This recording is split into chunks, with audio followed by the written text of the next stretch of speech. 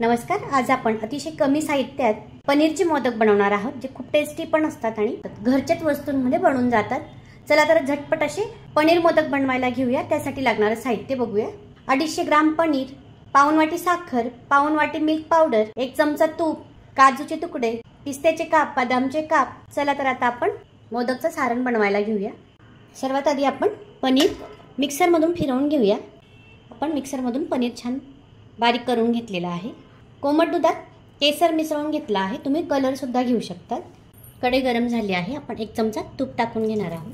तुपात आपण बारीक करून घेतलेलं पनीर टाकून घेणार आहोत। मिल्क पावडर आणि साखर हे सगळं आपण व्यवस्थित मिक्स करून घेणार आहोत। आपण व्यवस्थित मिक्स केलेलं आहे।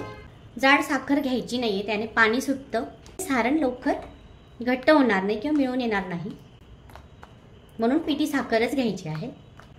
या मिश्रणाची आपल्याला कन्सिस्टन्सी ॲडजस्ट करून घ्यायची आहे। मिश्रण आपल्याला कमी गॅसवर कंटिन्यू हलवत आपल्याला याला योग्य कन्सिस्टन्सी आणायचं आहे। त्यामुळे 1 मिनिटही इकडे तिकडे न करता आपल्याला याला घट्ट करून घ्यायचं आहे।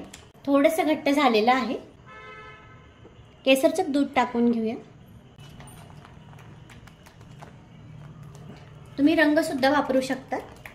छान हलकासा केसरी कलर आलेला आहे। 10 मिनिट झालेले आहेत। आपलं सारण बऱ्यापैकी घट्ट झालेलं आहे। अजून 2 ते 3 मिनिटं आपण याला छान परतून घेऊया। मिश्रण छान ड्राय झालेलं आहे। कढईला सोडता आहे, म्हणजेच हे तयार झालं आहे। एवढं ड्राय करायला मला 15 मिनिटं लागलेले आहेत कमी गॅसवर। काजूचे तुकडे टाकून घेणार आहोत। थोडं गार झालं की आपण मोदक बनवायला घेऊया। मिश्रण गार झालेलं आहे। आता आपण मोदक तयार करून घेऊया। आपण अशा प्रकारे केशर आणि पिस्त्याचे काप लावून घेतलेले आहे।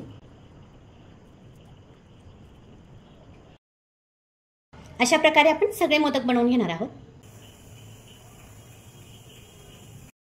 आपण घेतलेल्या प्रमाणात बरोबर 11 मोदक बनलेले आहेत। मोठ्या साईजचे 11 मोदक बनलेले आहेत।